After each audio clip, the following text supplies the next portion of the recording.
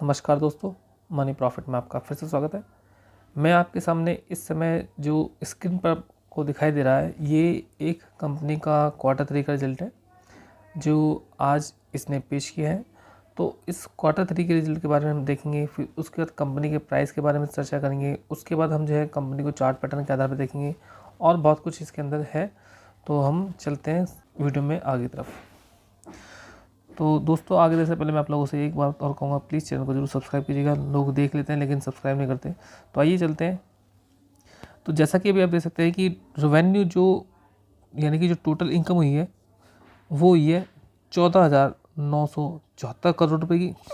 पिछले क्वार्टर में ये 15,233 था।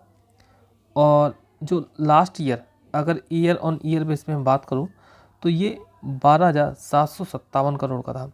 तो हम कह सकते हैं कि ईयर ऑन ईयर बेस पर हमें जो है ग्रोथ दिख रही है, लेकिन क्वार्टर ऑन क्वार्टर पे देखें तो हमें जो है थोड़ी सी कमी दिखाई दे रही, ज़्यादा नहीं, थोड़ी कमी है।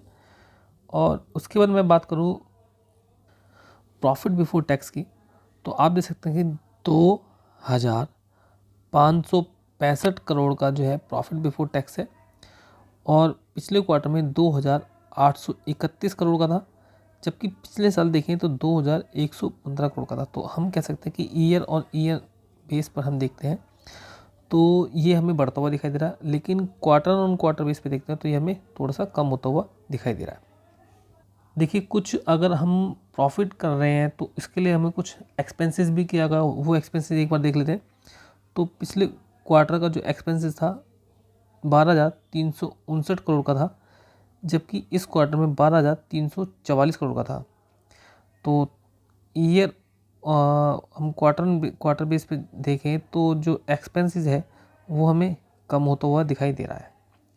लेकिन अगर मैं बात करूं ईयर ऑन ईयर बेस पर 10,641, तो ईयर ऑन ईयर बेस पे भी ये हमें जो है ईयर ऑन ईयर बेस पे हमें जो है बढ़ता हुआ दिखाई दे रहा। अब मैं आगे चलता हूँ profit for the period.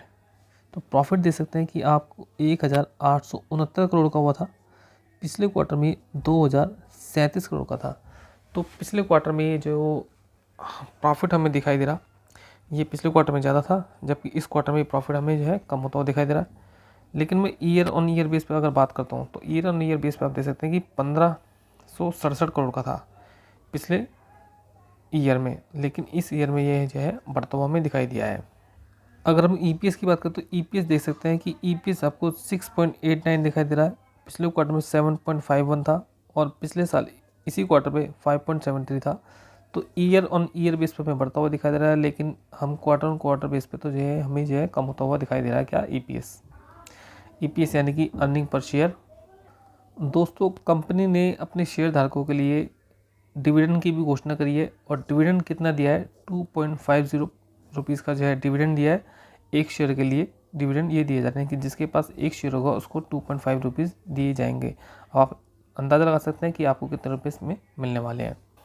Dividend की जो रिकॉर्ड डेट रखी गई है वो फरवरी 4 रखी है। तो फरवरी 4 तारीख से पहले अगर किसी के पास ये शेयर होता है तो उसको डिविडेंड दिया जाएगा।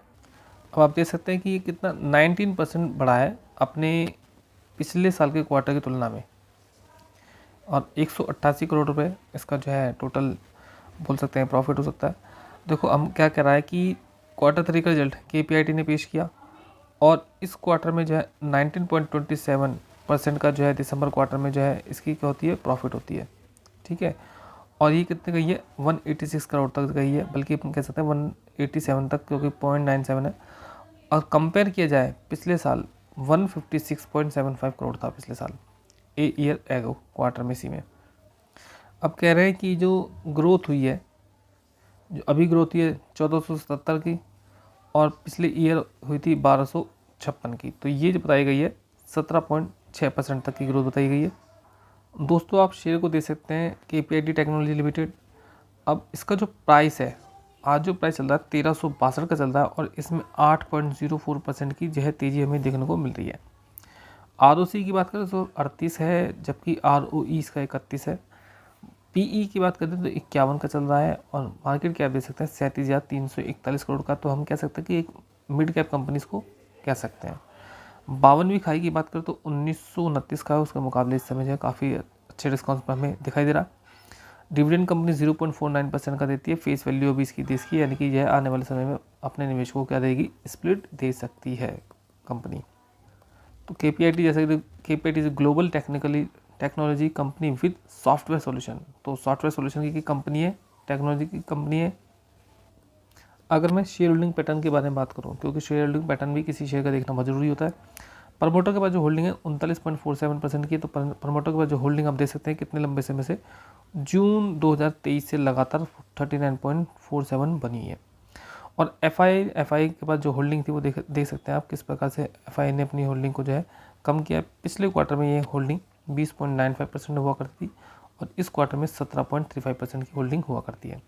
DI के पास देखें तो DI ने अपनी होल्डिंग को बढ़ाया 20.41% कर दिया, जबकि पिछले क्वार्टर में 17.52% की होल्डिंग हुआ करती थी। पब्लिक के पास तो पब्लिक ने भी अपनी होल्डिंग को क्या कराया, इंक्रीज़ कराया, 21.11% किया से जो है ये 21.82% पर पहुंच गई, यानी कि पब्लिक ने अपनी होल्डिंग को बढ़ाया। तो यहाँ पर जो माल बेचा गया किसके द्वारा बेचा गया, FIA के द्वारा बेचा गया। और FIA ने जो माल बेचा उसको उठाया डोमेस्टिक इन्वेस्टर ने और पब्लिक ने इसको उठाया भर भर के। तो आप देख सकते हैं कि DI ने जो है पूरा भरोसा इस पर दिखाया और इतनी बड़ी मात्रा में जो है यहाँ पर इसने अपनी बाइंग करी है। तो कह सकते हैं कि DI की नज़रों में एक बेहतरीन शेयर है, जिसकी वजह से उन्होंने इसके अंदर जो है काफ़ी अच्छी क्या करी है, बाइंग करी है। अब आप KPIT शेयर को जो है चार्ट पैटर्न पर देख रहे हैं, तो चार्ट पैटर्न पर आप देख सकते हैं कि किस प्रकार इस समय जो शेयर है अपने 5 दिन और 10 दिन के DMA से इस समय है हमें ऊपर दिखाई दे रहा है, क्योंकि इसका जो 5 दिन और 10 दिन का जो DMA है 1327 और 1321 का चल रहा है और फिलहाल जो इसका प्राइस चल रहा है 1367 का चल रहा है। और अभी अगर मैं बात करूँ तो इसका 50 दिन का DMA जो है हमें दिखाई दे रहा है, वो दिखाई दे रहा है हमें 1414 का दिखाई दे रहा है। और अगर मैं बात करूँ तो 100 दिन के DMA, तो 100 दिन का जो इसका DMA दिखाई दे रहा है वो हमें दिखाई दे रहा है 1479 का। और अगर मैं बात करूँ इसका जो 150 दिन का जो DMA है वो दिखाई दे रहा है हमें 1505 का, जबकि 200 दिन का जो DMA दिखाई दे रहा है वो दिखाई हमें 1503 का DMA दिखाई दे रहा है। तो शेयर जो है अपनी जो है 52वीं खाई से जो है टक्कर मारता हुआ नीचे की तरफ आया तेज़ी से, और तेज़ी से आने के बाद अब हमें जो है शेयर में जो है एक समय ऐसा हो गया था जब ये ओवरसोल्ड जोन में चला गया था। वहाँ से इसके बाद शेयर में जो है आज हमें जो है तेज़ी देखने को मिली और आप देख सकते हैं कि कितनी बड़ी मात्रा में जो है इसके अंदर वॉल्यूम उठाए गए हैं। आप देख सकते हैं कितना बड़ा इसके ऊपर जो है हमें एक बनती हुई दिखाई दे रही कैंडल, कितनी बड़ी कैंडल बनी है। तो उसका मतलब बहुत बड़ी मात्रा में इसके अंदर क्या किया गया है, माल को उठाया गया है। तो आशा करता हूँ वीडियो आपको पसंद आएगा। प्लीज़ चैनल को सब्सक्राइब कीजिए, वीडियो को लाइक कीजिए और अपने दोस्तों के साथ शेयर भी कीजिए। मैंने ये वीडियो केवल एजुकेशनल पर्पज़ से बनाया, मेरा और कोई इसमें उद्देश्य नहीं है। ये वीडियो केवल एजुकेशनल पर्पज़ के लिए ही और एजुकेशनल पर्पज़ के रूप में ही इसको लें, कोई रिकमेंडेशन ना समझे शेयर को लेकर। और अगर आप फिर भी इन्वेस्ट करना चाहते हैं शेयर में तो अपने आर्थिक सलाहकार से बात कीजिए, जैसा वो कहता है उसकी बात को मानिए, तभी आप इन्वेस्ट करने के बारे में सोचिएगा। मैं CBC रजिस्टर्ड नहीं हूँ। धन्यवाद, आपने वीडियो को समय दिया।